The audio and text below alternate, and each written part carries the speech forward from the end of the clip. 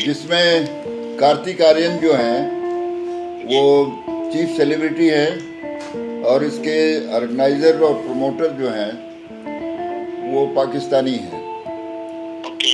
तो ये हाय, मैं आमिना और आप देख रहे हैं आपकी खबर। आज हम अनपैक करने वाले हैं एक बड़े बॉलीवुड स्कैंडल जो सोशल मीडिया पर तहलका मचा रहा है। कार्तिक आर्यन का नाम जुड़ गया एक सो कॉल्ड पाकिस्तानी कनेक्शन से।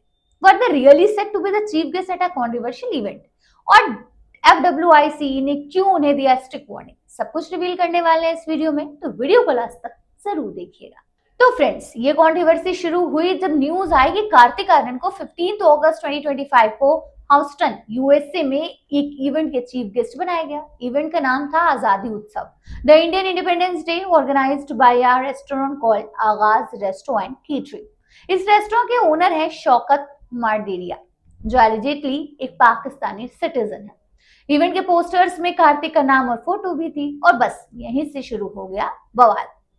Federation of western Indian city employ यानी FWICE ने इस पर सख्त ऑब्जेक्शन किया।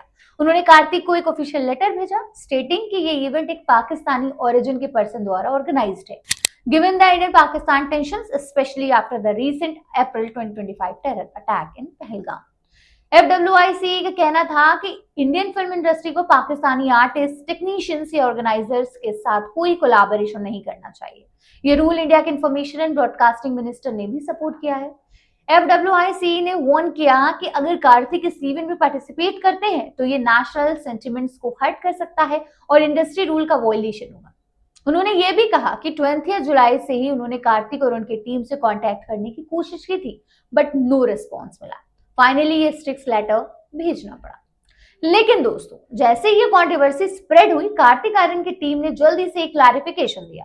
ऑन 2 अगस्त 2025 उनकी टीम ने एक ऑफिशियल स्टेटमेंट रिलीज किया जिसमें उन्होंने क्लियरली कहा कार्तिक आर्यन का इस इवेंट से कोई भी कनेक्शन नहीं है। They never officially confirm their participation. Along with this, उन्होंने ऑर्गेनाइजर से डिमांड किया कि कार्तिक का नाम और फोटो सब प्रमोशनल मटेरियल से इमीडिएटली रिमूव किया जाए। इनफैक्ट कार्तिक की टीम ने यह भी क्लियर किया कि ये एक मिसअंडरस्टैंडिंग थी और उनका इस इवेंट से कोई लेना देना नहीं था।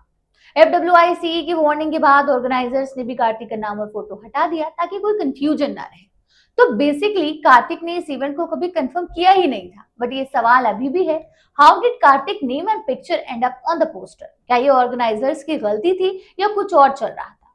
चलिए जानते हैं। अब आता है असली ट्विस्ट। अगर कार्तिक ने इस इवेंट को कंफर्म किया ही नहीं तो उनका नाम और फोटो पोस्टर पे कैसे आया? Did the organiser use his name without permission?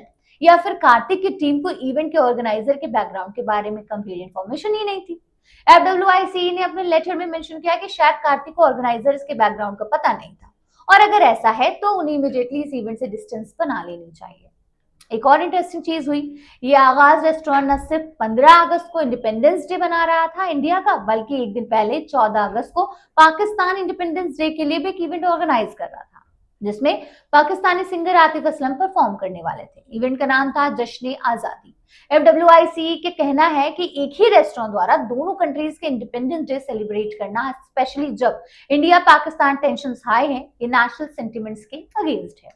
Plus FWICE ने यह भी कहा कि ये पहला केस नहीं है। ऑपरेशन सिंदूर के बाद ये सेकंड इंस्टांस है जहां इंडियन आर्टिस्ट का नाम पाकिस्तानी ऑर्गेनाइजर्स के साथ जोड़ा गया। FWICE के प्रेसिडेंट BN तिवारी ने बोल्डली कहा कि ऐसे इवेंट्स को सपोर्ट करने वाले आर्टिस्ट के अगेंस्ट एक्शन लिया जाएगा। FWICE ने अपने लेटर में कहा कि कार्तिक एक इन्फ्लुएंशियल फिगर है और उन्हें नेशनल सेंटिमेंट्स का रिस्पेक्ट करना चाहिए, स्पेशली जब बात रीसेंट टेरर अटैक जैसे सेंसिटिव चीजों से जुड़ी। अगर कार्तिक का नाम किसी पाकिस्तानी ऑर्गेनाइजर के इवेंट से एक्सीडेंटली भी जोड़ता है तो ये पब्लिक के इमोशंस को और हर्ट कर सकता है।